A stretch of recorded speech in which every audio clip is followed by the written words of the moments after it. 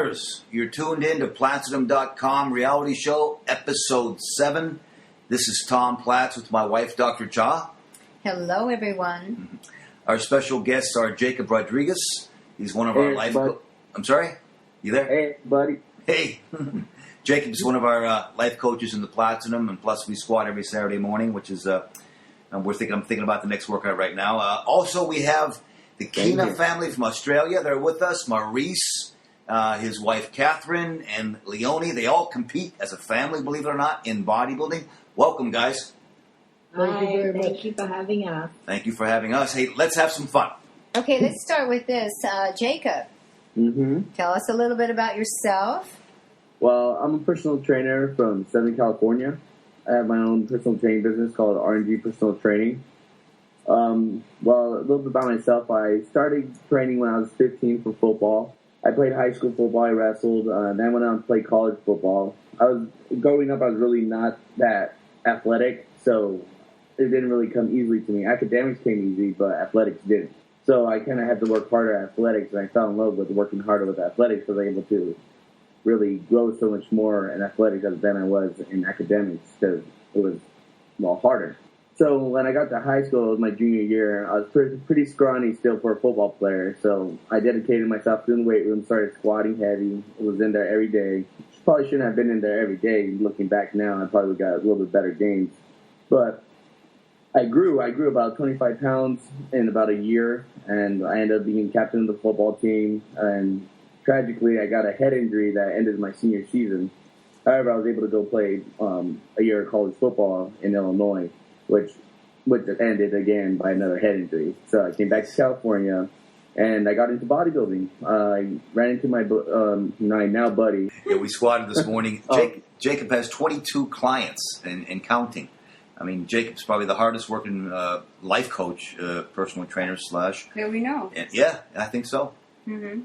Oh, thank you for that. Well, thanks for being here, Jacob. I know you're probably exhausted from all your clients. Well, like I said, I ran into my first mentor, and he got me into physique. He brought me into physique. He's like, all right, I compete in physique.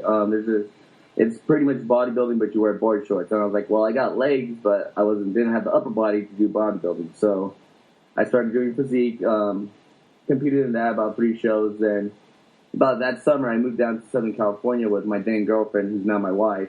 I fell into this little gym that I wanted to start personal training at, and my other mentor took me in. His name's Larry Brown. And I started really getting into bodybuilding with him and started learning more and more about the training and how to train for bodybuilding rather than just doing 20 reps every set. And then that November of, I believe, 2012, I met Tom and Dr. Cha. I actually helped them move a desk from his office in Compton to their house. I had no idea who Tom was. I wasn't that into bodybuilding at this time. I think you were born. When were you born? What year were you born again? 92. 92. I have a pair of shoes I bought in 92. I haven't worn that much yet. I have clothes back in 92 that I still wear. Yeah, so I pretty much had to Google Tom and figure out who he was. Because they're like, oh, you don't know who Tom Platz is? I was like, no.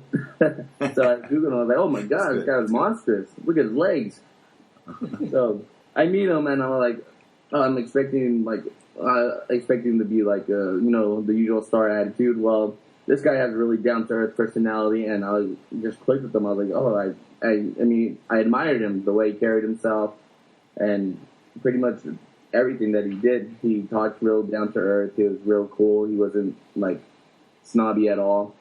And he was actually very grateful for me bringing my truck and having me move the desk. And ever since then, he helped me. He helped me out. He started mentoring me. I didn't even have to ask. He offered his help, and I was so gracious. I never thought anyone of his level would ever offer me help. And ever since then, I've learned so much. It's not just about the food. It's not just about the training. It's about so much more that encompasses your life, what's going on in your life that affects your training, and the food that affects your training. It's a holistic point of view. And ever since then, my training of my clients has gotten better because of him. And, I owe him a lot. So thank you, Tom. Well, thank you, Jacob.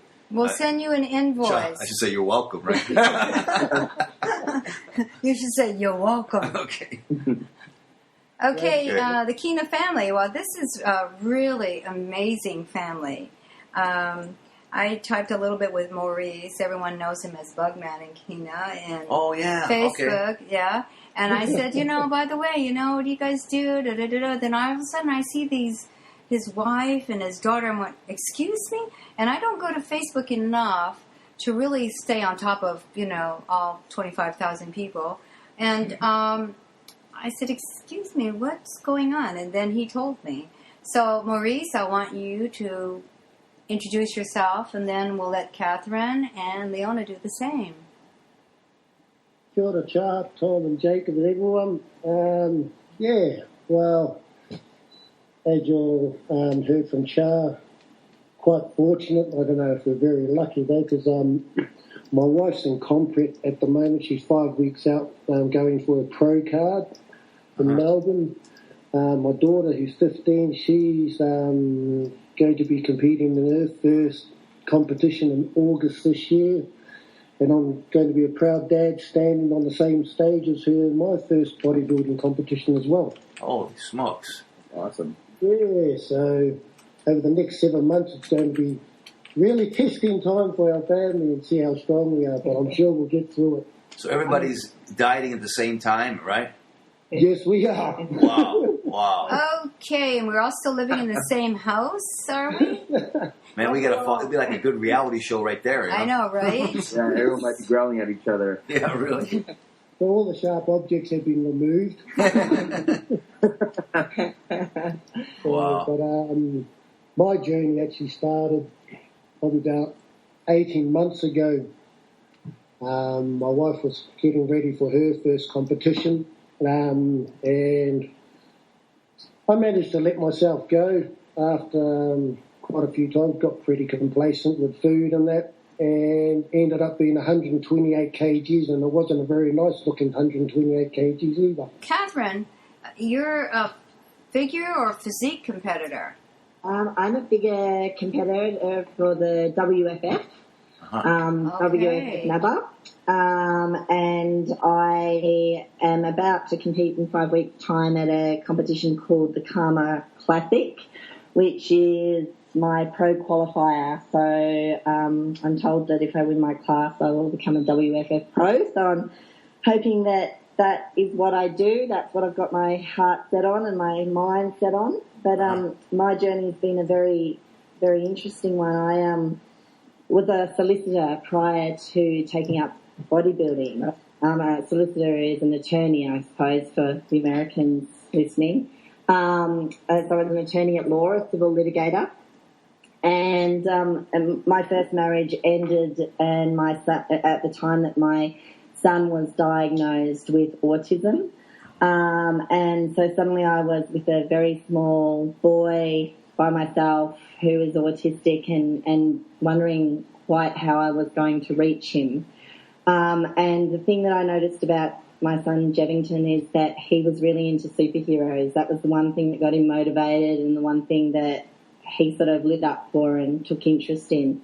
So I had always been a long-distance runner. I'd run lots of marathons and things like that, and I thought to myself, well, if my son's really interested in superheroes, I should transform myself into one. So Aww. Wow, what a story. Yeah. I'm going to cry now. Oh, my God. Yeah, so I thought, well, I told him I was going to become a superhero. And then I set about finding a coach who could help me do that. And I was very lucky to meet a life coach and metabolic nutritionist and PT by the name of Luciano Vecchio, who took me on. And he said to me, I said to him, how long will this take? And he just looked at me and he goes, how bad do you want this? And I said, well, I want this. I love my son more than anything in the world, and if this is what it takes to reach him, then I want this more than anything.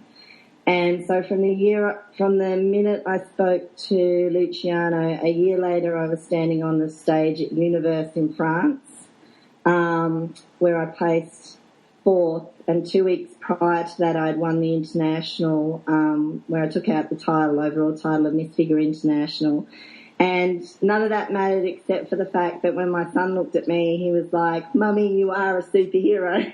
Oh, gosh. And that was the most important part of it all. That is such a great story. Oh, my God. Yeah, I'm going to cry now. I'm just like, oh, my God. This is so great. This is why we did the reality show. We have so many people that are just, we meet thousands of people every time we do a tour, but we really never get to know anybody. So we made Platinum for these type of shows so we can get to know the people that, follow us a little. And this is just so worth it. I'm going to do another show after this one. Oh, that's wonderful. What a great story. It is. Did you say you're a litigator also? Yes, I was a civil litigator, and actually my speciality was in child injury cases. Wow. Oh, wow. Yeah. Man, wow.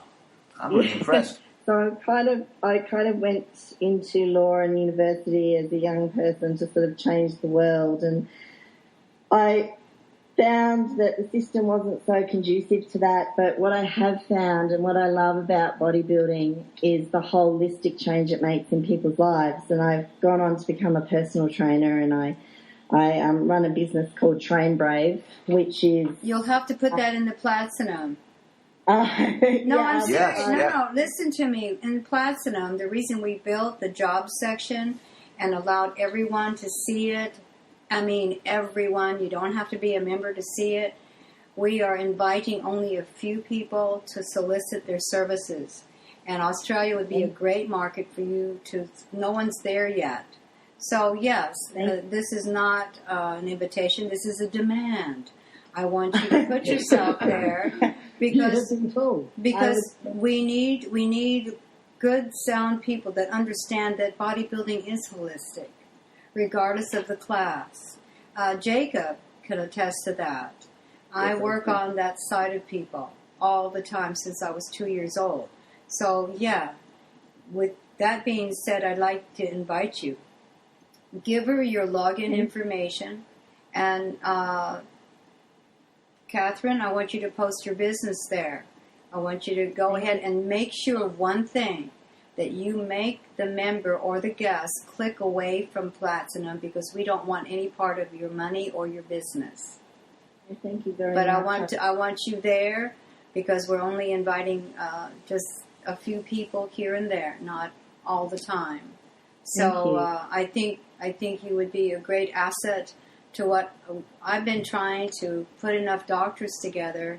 I never really made a lot of money as an alternative medical practitioner because I only do food.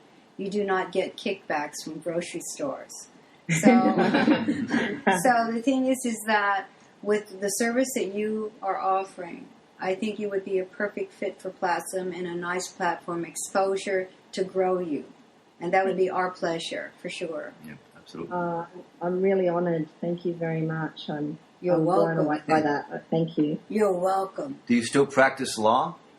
No, I don't. I've found that my business is keeping me very busy. I also manage a gym called the Cave Gym in Toowoomba, and I am also part of the executive team for the WFF NABA, who is bringing the first WFF NABA bodybuilding show, the Toowoomba International, to Toowoomba. So I've been busy. I utilise my skills, in drawing contracts and doing that sort of thing, but I don't practice anymore. I find that, I like to focus. The other thing I really wanted to talk to you guys about, and it might be something that grows more globally, is a project that myself and another bodybuilder here have put together, and it's very much about this holistic thing that bodybuilding is. It changes your life, it makes you a better person, it makes you focus, it gives you drive and determination and a sense of worth and all of those things. So we've put together a program which, this is our pilot program. We're going into the most troubled school in Toowoomba where we live, and he's taking 6 of the most troubled boys, and I'm taking 6 of the most troubled girls. And we're going to teach them to bodybuild. Wow. And part of that program is not just obviously picking up weights and putting them back down again, because as we all know, that's just one small element of bodybuilding. But we are going to teach them about strength and self-worth and teach them life lessons and talk to them about domestic violence and help them see themselves in a different light to the way they have begun to see themselves because of the way society treats them. So well, please let us know where we could possibly contribute to that. Thank you. Great project. Wow. Yeah, it's a fantastic project because that's why I have a gaming clan. My kids are from 14 to 27. I call them kids, but because I'm not a child. And I can, and they are a group of 25, 14 different countries, all failing in English speaking. So I wanted to teach English pro bono when I retired in 2009. Some of them have been with me for 7 years. Wow. And Wow, they didn't that's speak. amazing. They didn't one German guy that I had, he came to me when he was 17. He's a grown man now. He manages an old folks home. And he knew spoken English maybe at 0.05%. And through gaming and using Nintendo games, I was able to find a medium that works, how to teach spoken English. And so with that, what you're doing is really profound, and you must let us know how we can contribute to that somehow. Wonderful. Yeah, I would like to see that in Platinum, absolutely. Yes. We would love to, and obviously we're looking, and it's something that I guess bodybuilders all around the world can get involved in, because we're looking for mentors, as we grow this program, and it's also a pro bono free program. We're looking for people who are willing to donate their time and take on sort of like in a buddy system. One of these kids, because they need someone who's constant in their life and always there for them, because they don't get that necessarily at home. Distraction is the most important thing. The physical movement is really great because of the endorphins you'll build, but sometimes distracting the mind to clear it of what they deem is really horrible in their life, replacing it with something full of laughter like gaming. They love to kill me in these games. My kids, they get such a charge out of it. It kind of scares me a little. But, I get them back. So it's, you hit me, I hit them 10 times, and they know that.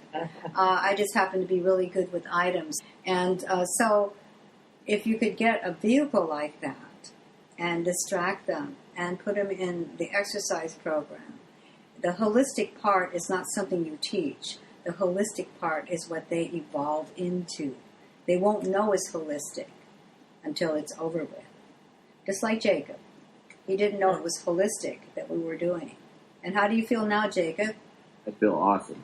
Exactly. You don't, if you tell them, if you call it a name that they've seen floating around, you've already given them a label that they can never achieve. But if you just do the work inside of them, if you just do the work, and all of a sudden they feel so whole. And that's why I always put a W in front of holistic. Because once they feel whole, you can groom a child like none other. Just a little bit of time, a little bit of effort, and you don't tell a child what to do that's already seen the worst. Probably much worse than you, right? But if you show them, this is this path, this is that path, before you know it, that holistic body will come out. It's in every child. I have yet to see a child that there's no hope for. I agree, Cha. I agree. And that's amazing. Please somehow let me get involved in that. And when Tom has the time and he's not squatting, he'll be happy to do it also. People are going to think I'm squatting all the time. These kids actually get into the bodybuilding and they understand who you and Tom are. I think they're going to be absolutely blown away to have the opportunity to, like we might have a chat and see if we can organise them coming to chat with you guys and this kind of Sure, thing. of course. Yeah. And the thing is once you get the stars out of their eyes and the deer in the headlights look, that is when they'll hear our voices. And that's more important to us. So just go ahead and take them through all Tom's videos and take them to Facebook and show them my pictures so they get the deer and the stars out of their eyes so that their ears turn on, okay? Okay, we will do. I'm so excited about that because actually we've been putting together the material today, Josh, the other bodybuilder, and myself, and we are opening the whole thing where we meet with them with a whole bunch of videos, and one of them has Tom in it, so they'll be pretty amazed about it. We've put together this whole... Just let me know if I can help in any way with materials. Everything that I do, I don't have a script for, and every patient I've ever had in my life. I have never had a canned program where I just did a printout from everybody is the same. I cried more in my practice watching an autistic child come to shine. We worked with an autistic kid. Tom and I had to both work with him. He was, thank God I was pumping iron, I tell you. He was so strong. I had to pin him down. He was ripping my practice apart. I mean, just ripping it apart because he was stemming, he was doing everything. And when we changed his diet, and when we took him to see the ocean, he calmed down. He really calmed down. It was part of a way because he was back in the mother's womb. And he wasn't born autistic. He evolved into it because of diet. He did not know. He was born healthy. And the funniest thing about it is that I asked the mother, I want you to bring me his baby pictures, and I want to see when it started. And I looked at every picture, and I looked into his eyes, and when he was 18 months old, his eyes already getting glazed over. And then I asked her to write down everything you have been feeding this child since day one. She never breastfed him. She never gave him a single protein. She never gave him any eggs. She never gave him any meat. And when we met him, he was 14 years old. He was strong like a bull. And for me to take him down because I had to tackle him most of the time, it was amazing. You can imagine me. This kid was a good head taller than I was. And he outweighed me by, I guess he weighed almost twice as much as I did. And I still could tackle him because I had more muscle. He had more fluff. So he bounced on the floor. When I threw him down, he bounced. So I had to throw him down to get his attention. But the thing is that his mother said, oh, he won't eat that. And he's sitting right there and he's stemming. He won't eat that. He won't eat this. He won't eat that. I said, I tell you what. I said, I want you to go to the store, get this, and I want you to grill out this and put this on it. It was chicken wings. It was just chicken wings. And I want you to bring me all the chicken wings that you cook on the grill. And I put them in my refrigerator. So I would set a couple of wings out, right, about an hour before he came. And I said, I don't want you to feed him anything all day. Just bring him to me hungry. Well, he's going to be screaming. I said, that's fine. We can handle that. I put the legs in front of him, and do you know that he ate them all? She says, how did you get him to do that? I said, I didn't ask permission. I said, when did you give this child that much power to decide what he knows to eat? I mean, he can't even cook. And you're giving him the power to make those types of decisions. And he doesn't even buy groceries. He has no job. I said, when you turn that kind of power over to a child, when did you decide he could tell you what to feed him? Well, the minute he started crawling and walking, he refused food, and he saw something he wanted, and it was bread, more bread, cereal, more bread, and that was it. And he evolved by 18 months old, born normal, into autism. Can you reverse autism? In my belief system, yes, you can, to a large degree by just changing the diet. I did it in Patrick. He was 14 years old. His mother couldn't believe it. We had him for a year. He was slim, strong. He could talk, hug, and interact easily, where before you couldn't touch him. I had to tackle him, though, because I had to touch him. He was tearing my place apart. But, you know, they just don't like to be touched. They don't like to be touched. And so in my clan, and they get along with everyone, I have to just monitor their emotional levels.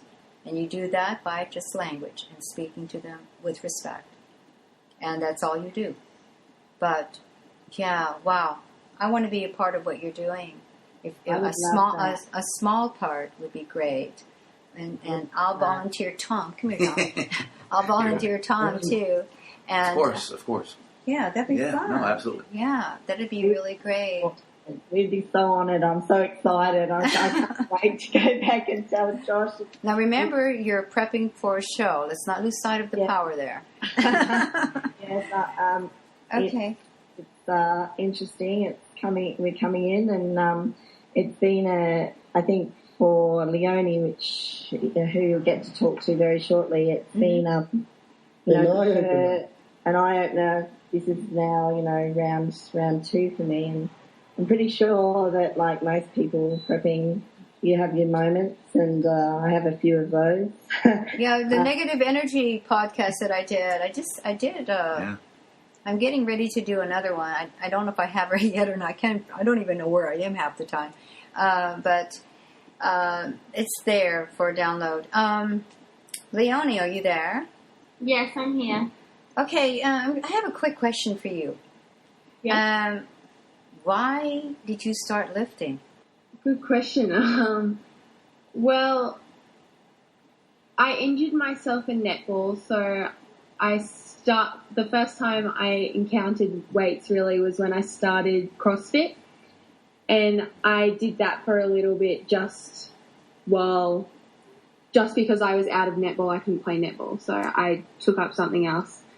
And then I was watching Kate's journey, and she just inspired me to go into that area of sport. And so I did my first back and bicep session with her, and I absolutely loved it.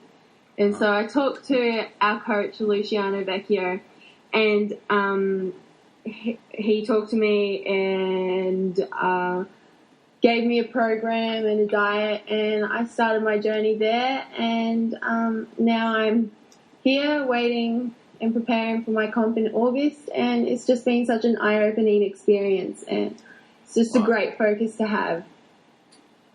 Wow. I'm really impressed that you have such discipline at 15.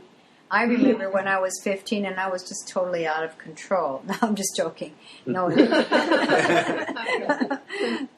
Actually, I was an old soul. I don't sound much different now than I did back then, but I was a book reader. I read everything, so it was... I absolutely love books. See, I told you. That's why I brought it up. I love books, too. I like to smell them first. I like to smell the pages. Especially the ones you buy brand new. They're just I know. You open it up and you just stick them to your face, and you're in Barnes and Noble, and they all kick you out for smelling books. Yeah, I love that. It's just phenomenal. Well, that's just an amazing family altogether. If you're all dieting together, I was going to suggest that you move to just stay at different hotels, because it's going to get pretty wicked the last 21 days. I'm just letting you know, because I've been there, done that with many athletes, and but you sound like you guys are really supporting one another, and I think that's so beautiful. Never heard of anything like that before. It's really wild. Yeah, but we heard a lot of things today from the other group that we never heard of before either. We learned a lot. It's just like, this is why we're doing the reality show. We're getting to know people. I said, the people are really crazy, aren't they? Jiminy Christmas. It's just like, oh my God. Serious? How did you guys meet? Maurice? Or Catherine? It's quite a funny story. I love my wife, We both were invited to a very good friend of ours, a good mutual friend of ours' wedding, and both of us had decided that we weren't going to attend it.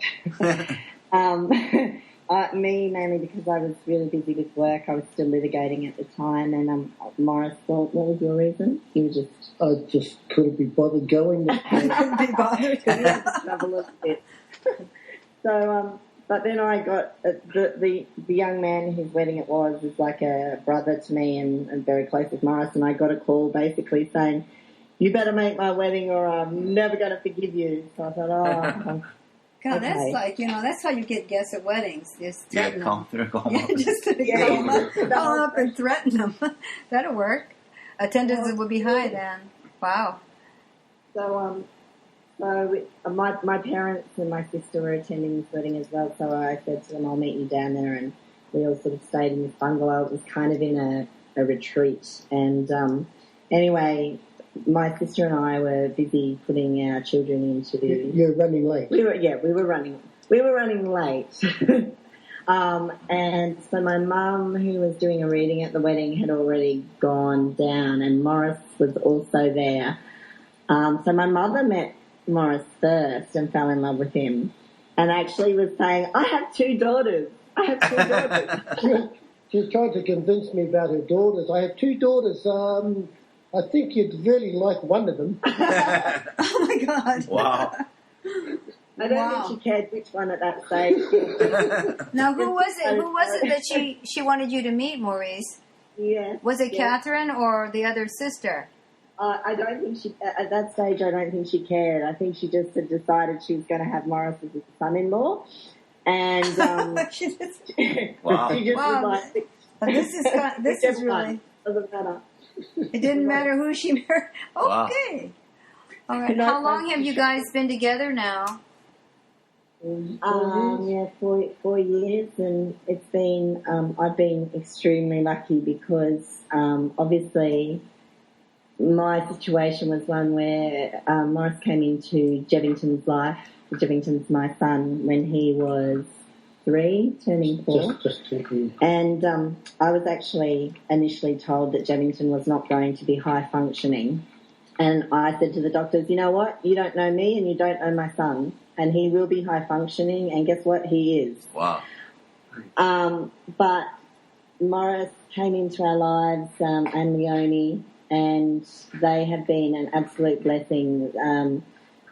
And also Morris's other 2 children who live with their mother but come to see us. They are brilliant with Jev.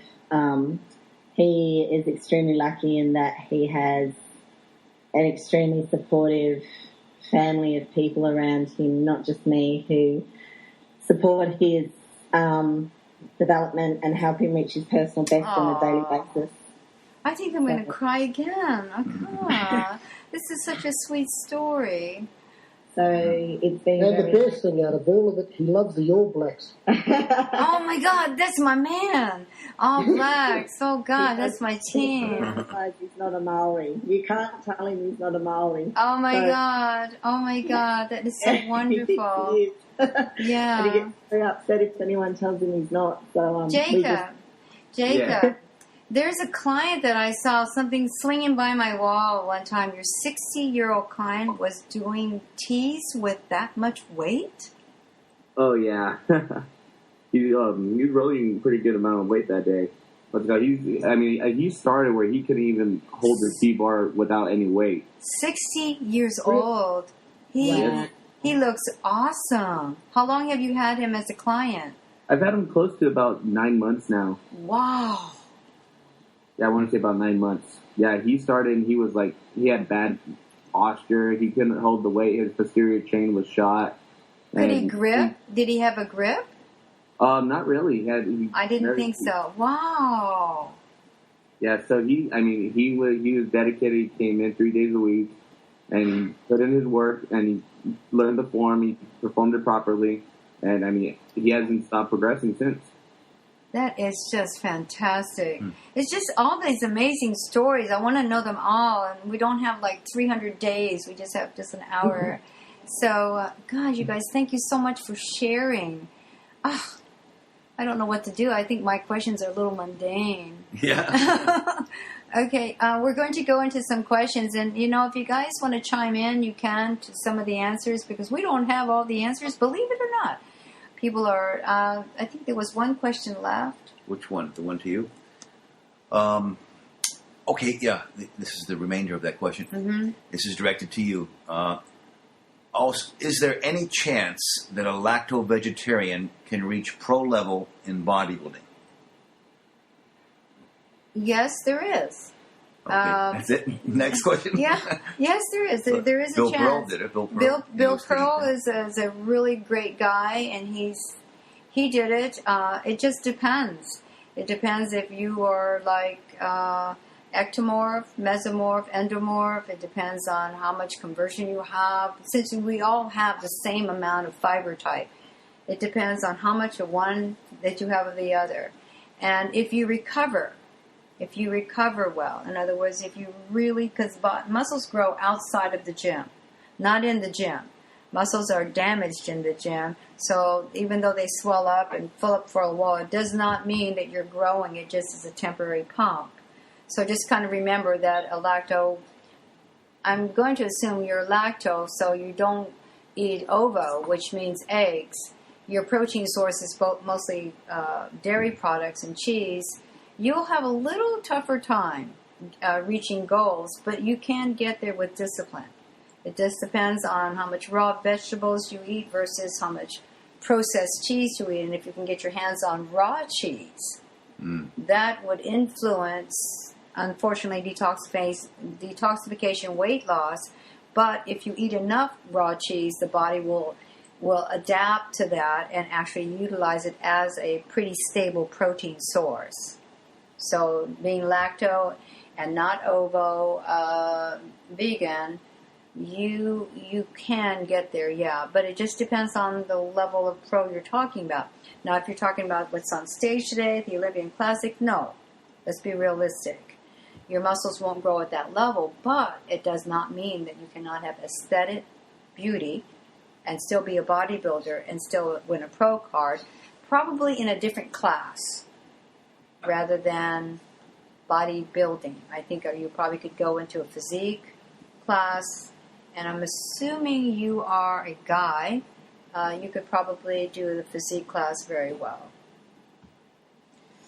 Okay, question is for you. Was that a good answer? Is that all right? Yeah. Does anybody disagree with that? No, not really. It's good. That's good. That's good. Here we go. Let's see, Tom. This is for you. Okay. I have seen that, Tom, you use a different movement in hack machines, which is the purpose of this motion. Different movements. I've seen it in many of your videos. Is there a difference between doing that or the traditional movement? And you initially answered him quickly. Well, there are reasons why both are useful in leg development.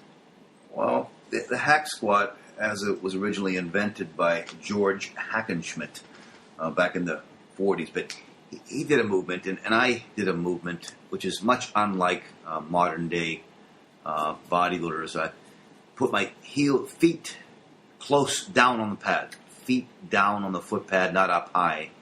And like Jacob and I did this morning, your toes are pointed out like a duck. Heels together, your toes out like a duck. How you feeling, Jacob? You still sore? Super sore. Lateral regions of my quads are shot. Oh, perfect. The idea behind the hack squat is we do it perfect. You're messed up. You're sore. You can't walk. Perfect. But the idea behind a hack squat is you have to really not worry about the weight and worry about the execution of the hack squat. Right. On your toes, heels together. When you go to the top of the movement, you're of course you're not on your toes. You're on your flat feet, if you will. But you have to do hack squats like a plie, like a bodybuilding, like a plie, a ballerina. But I would not raise your back off of the platform, off of the machine unless you're getting ready for a show and you have extremely good joint flexibility, because it will kill you otherwise.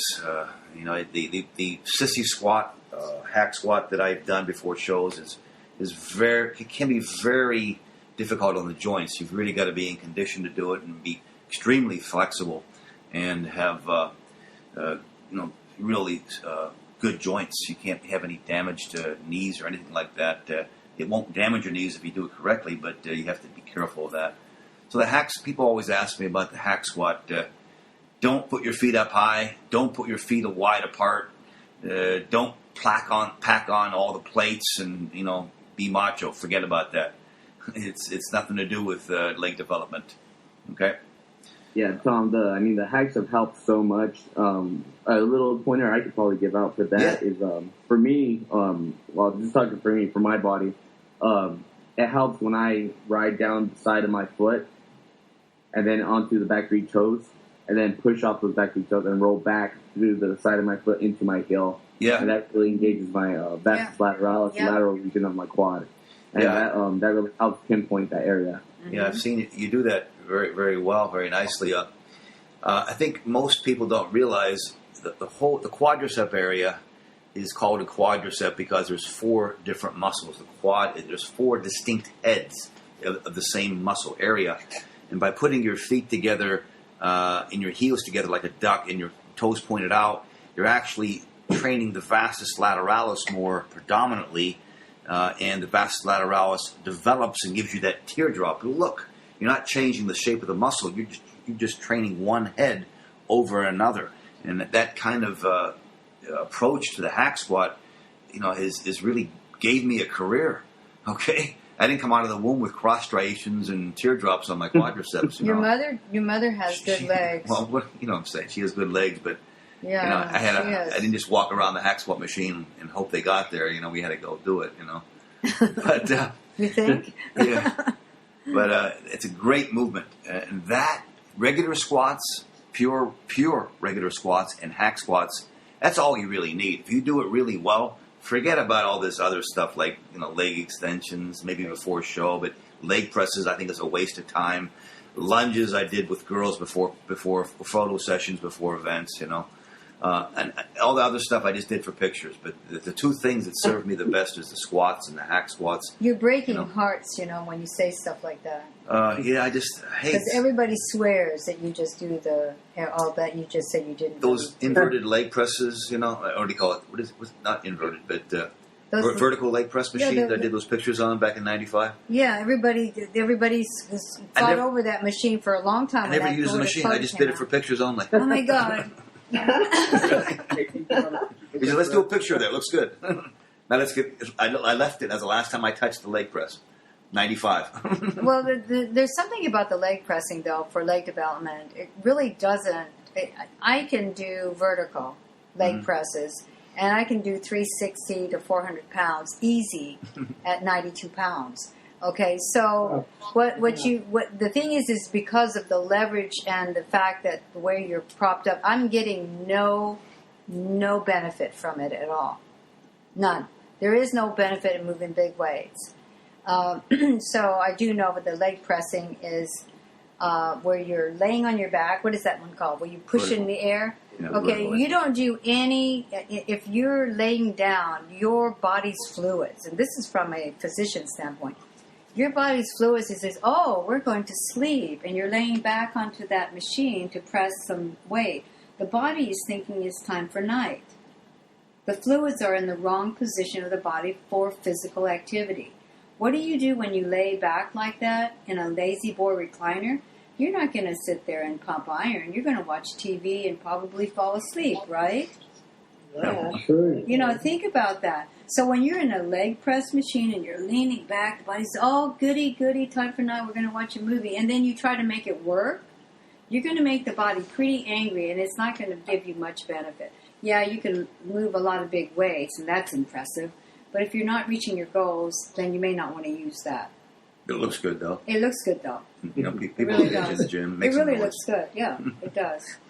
Okay, this next question is from a guest. His name is Randy. I am 53 years old. He's such a baby. I've been recreational, non-competitive bodybuilding for nearly 40 years. What motivates you to train? What motivates me to train? Besides my cooking. Just really, you get to eat more. I think this is going to sound sort of silly to everybody, but just the sheer joy of movement. It's like dance to me. I mean, bodybuilding is my dancing. I'm a lousy dancer, so I had to take up something that I could experience this rhythm with, and that was. You haven't seen anything you see Tom Platz trying to do the hula back home. I can't dance. Oh my God! But I can move iron, and I can move it in a very deliberate way. And to me, the rhythm of it, and the the music of it is very pleasing to me, and I have to do that on a regular basis. I mean, music will change the way you think. I mean, some of the current music that we listened to this morning in the gym, Jacob, is disturbing, and it messes you. You know? It's disturbing. But everything in life has a rhythm and has a music. And when I go to the gym and do reps, the music of it, the rhythm of it, enlightens me. I feel fantastic, and I want to tell people about it, not necessarily through my words, but just through nonverbal communication. And it lights me up and makes me feel good to be alive, and tells me that everything is good in this world because of that music. And I never said that before, but it's really why I train, what motivates me. It's just the love of the game, the love of the movement. It's home. Yeah. And what, Jacob? Was that? Did you say something else? I said it's home. It's home, yeah. It's like you always want to go home. I said that in an old video when I was in 1980 in Bondi Beach. You always want to go home. Next show, you know. His next question is that really what motivates you, by the way? Yeah. What do you think it was? Well, you can't dance with a flip. I know. I tried. Tom, I'm terrible. Really? Oh my God. What's wrong with these white people? I know. Yes. Okay. It's just like white people can't dance. That's true. Oh my God. Back home, if you don't dance, you can't walk. I could never play basketball. I might as well die, but I tried, but I'm a lousy basketball player. Anything with, like... When I put the Hawaiian music on and I make you dance, you're just so weird. I can't... I don't get it. But I get it in the gym. Okay. You know? Well, maybe I should put Hawaiian music in the gym. You sound like Nia. Like Nia? Yeah, really. My God. Always comments on my dancing. Really? Okay, what have you altered or modified in your training and why? I don't... Right nowadays, I'm almost 61. I don't train as frequently. I altered the frequency. I train a lot less. I mean, I can train once a week and make gains and really have a great time.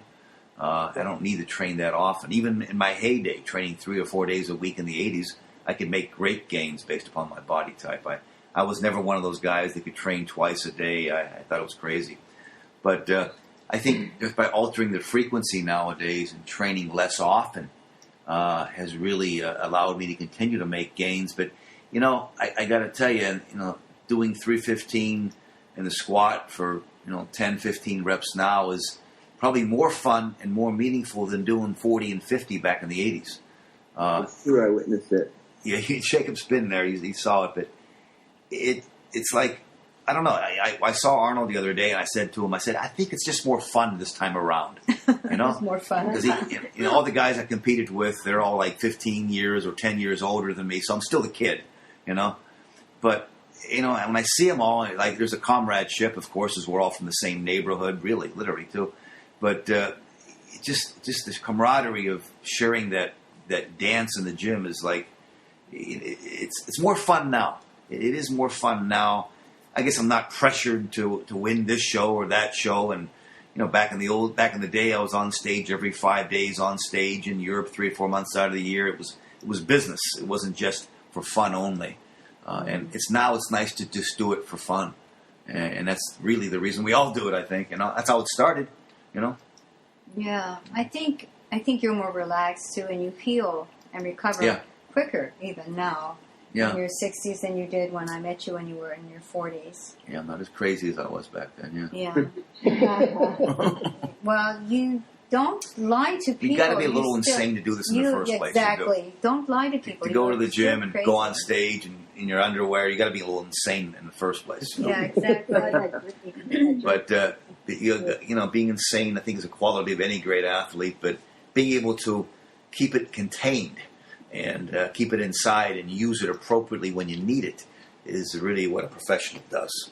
Like on the football field, you see red, you get paid to respond immediately.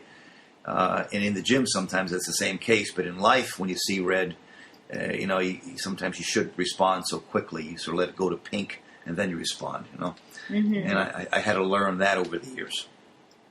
Well, I think for you now, because people do forget that we're old as dirt. They all are kind of, they look at our pictures, and we don't Photoshop anything. So Jacob can attest to that, I think. I can. And we had dinner with Jacob and his beautiful wife, Nia, and I hadn't seen him forever.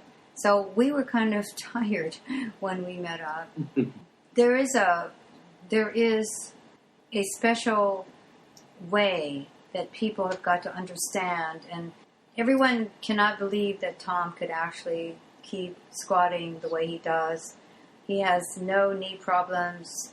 Every now and then he'll hurt one of the heads on his quad, and we just do some energy work on it, and it heals. And basically, he's pretty smart. He's smarter now, I think, but he's still crazy, but he's smarter now as far as knowing when not to press it or push it.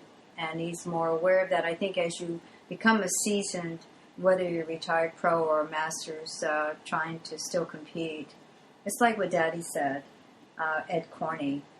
Daddy always said, you have to know when the stage is over for you. Yeah. You have to know when its stage time is over, because if you don't, then you will have no life to teach.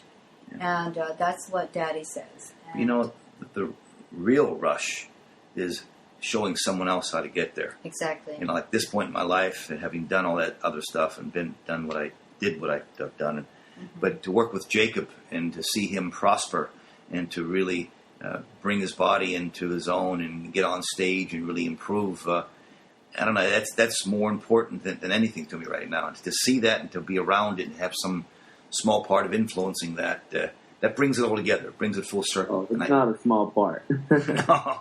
Hey man, you're doing it. I'm just the coach. I'm the Rocky I coach yelling at you. You know, that's all. Go. Maurice? Yes. Do you have a question for Tom? Tom, I'm struggling to have rest days. Like when I'm training, I just want to go there because I don't want to look like an idiot when I hop up on stage for the first time. Yeah. I know I'm supposed to have rest days, but I've actually made an active rest days where I still go in and just train little muscle groups and all that and also do cardio and all of that as well. But it's just more mindset, I think, that I have to work on, saying that my body does need to rest and all that. So do you have any advice that you could give me about how to get through that? Sure. I mean, you know, it's real easy. And one thing I've noticed when I was a young professional bodybuilder, a lot of people trained because they needed it for their head. A lot of the guys came in the gym every morning because they needed to exercise often when they really didn't need it to grow. They did it so often that they actually deterred themselves from growing. I tried training with a lot of the guys back in the 70s, twice a day, 6 days a week. I got smaller and fatter. And of course my body type's different, but I found that by training less, my legs were getting a little bit too big, I thought, at one time, so I decided only to squat twice a month. And when I did that, all of a sudden my legs became like really freaky. They were scary to me, and I became known as the leg guy because I started cutting down on my leg work and doing a lot less. How tall are you, Maurice? How tall are you? I'm 6'2". 6'2". 6'2", yeah, really. Yeah. Sort of reminds, like Jacob, sort of ectomorphic style. Mm-hmm. He's not really ectomorphic. Look at him. He's not ectomorphic. He's like borderline endo. He's got He's got a significant amount of pink fiber, which means he could train more often. How old are you, may I ask? 45. So that his hormone levels are a little different. You can handle the frequency a lot better than I could, but I would still, be careful with training too much. You should always be like a kid in a candy store, like you're excited to be there. Or like when you first met Catherine, the first day at the wedding. Remember that feeling you had, like, wow, who is this girl, right?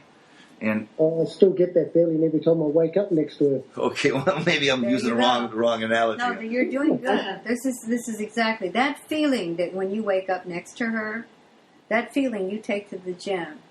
And when you go to the gym, you forget about Maurice. You go there wanting for them. If you have desire, it won't matter. Some of the things that you said you are causing your own demise to fail.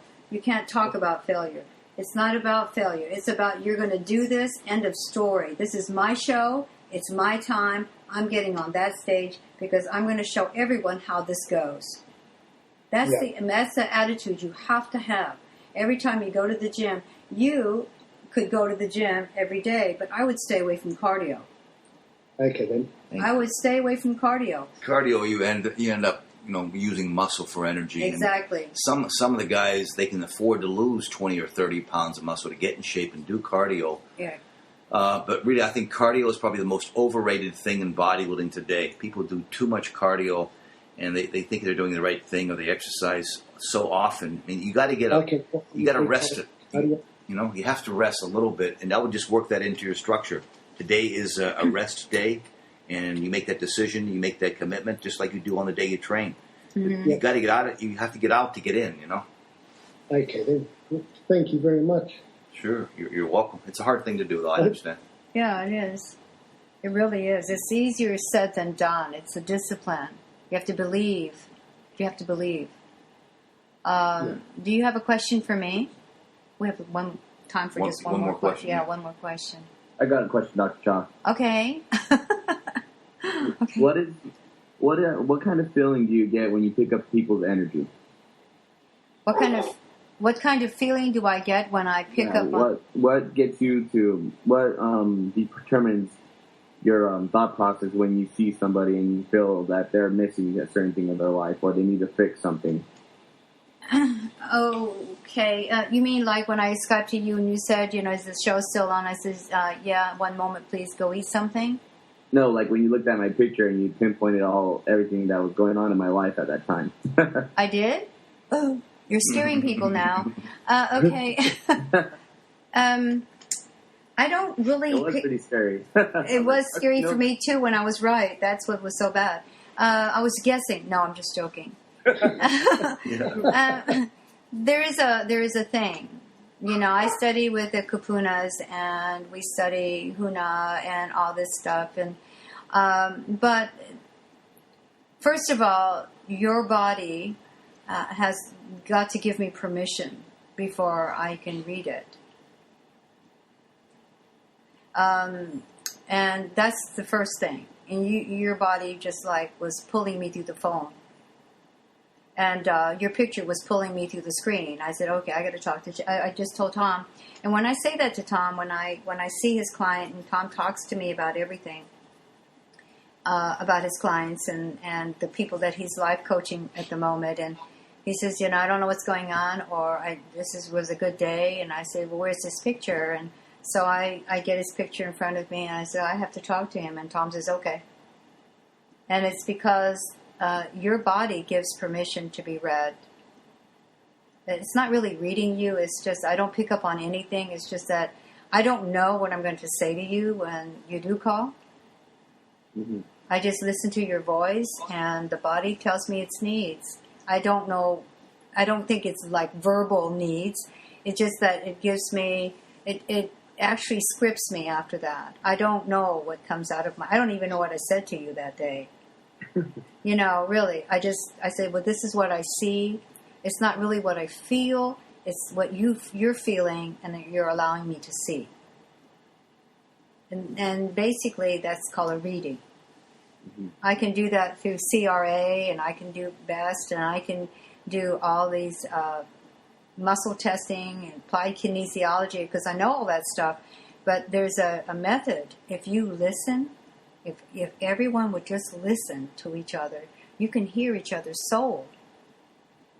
But most people don't sit still that long, and most people are not interested in other people. They're really focused on their families, they're focused on their jobs, they're focused on what they're doing in their life. So I just listen to everybody. And basically, when Tom walks in the door, I can say, I said, what did you have today? And he knows, he's busted. He knows. He goes, he can't sneak anything into that body without his body saying, and guess what he did today to me? That's what his body does to me, because his body gives me permission, and I start yelling, and he knows. He gets real quiet. He's in trouble, and he shouldn't have had what he did, and usually 99.9% right all the time, and it's not, because the body will talk to anybody that will listen. I don't do anything bad anymore. You're such a liar. Oh my God. I eat only. I don't drink coffee anymore. Your horns are starting to grow. I just Seriously, drink let me tea. see your ocoli, because you probably got a tail growing too now. So the thing is that it's not about anybody can do what I do. I just sit still. And most people can't sit still. And I learned that because I was born with that special birth defect that gave me no choice but to sit still. So I'm able to pick up with permission. Your body has to give me ultimate permission that, okay. There was a good example. Remember the seminar we did in a state? And this guy was all by himself, and he had to feed 115 students. Everybody left for the day. Nobody, and they just left him on Sunday. He had to feed everyone by himself, do all the cooking. Remember that guy? He was so frantic. Yeah. He had to do all the cooking, all the preparation. He could, and he didn't have any idea what he was doing.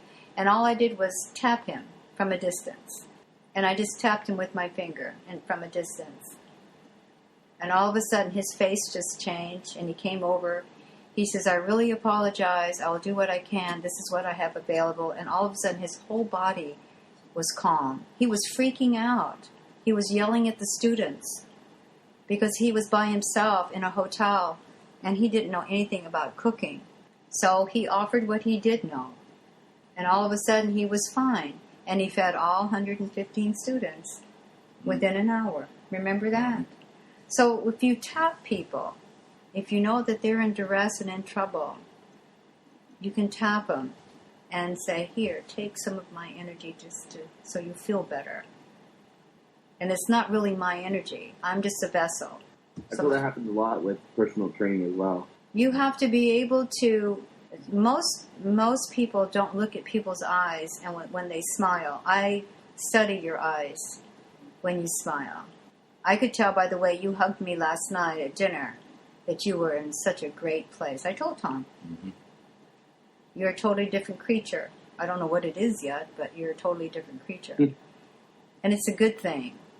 So if you take the time, you can feel each other. If you feel something's brewing, like the three that are in prep right now, if you feel something's brewing inside of you, it's probably not what anybody's done. It's just that part of the process of being in prep as an athlete. Take different sides of the house for a little while. Give space so that brew can just brew its way out the door. And then come together and fight. I mean, that then it won't be so severe. But it's the most important thing is that most people do not sit still for anybody, for any reason. Tom will run around here and his computer's doing this and this is this. And I just sit in one spot and watch him just flit all over the room because his computer won't work right. And then once he stops flitting, I'm able to converse with him. Let me go check. You're a good listener. Cha's a good listener, and she observes everything around her and every person around her, and your nonverbal communication, your eyes. She can read somebody so well, and it's just amazing sometimes what you're able to do. You're scaring people. No, it's just, people are trained this way in certain areas, but you have a gift. You have a gift to be able to look at people and go, let me tell you what I'm getting here, You can tell when I'm overtraining. You can tell when I'm have eaten something incorrect. I just walk up to him and say, stay out of the gym. I can back that statement. Yeah. Stay out of the gym. I'll let you know when. Every day. No.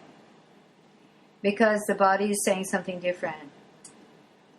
Yes, we better wrap it up. We better wrap it up. Oh, guys, this has been so great. Okay. Catherine calls Maurice Morris. Morris, right?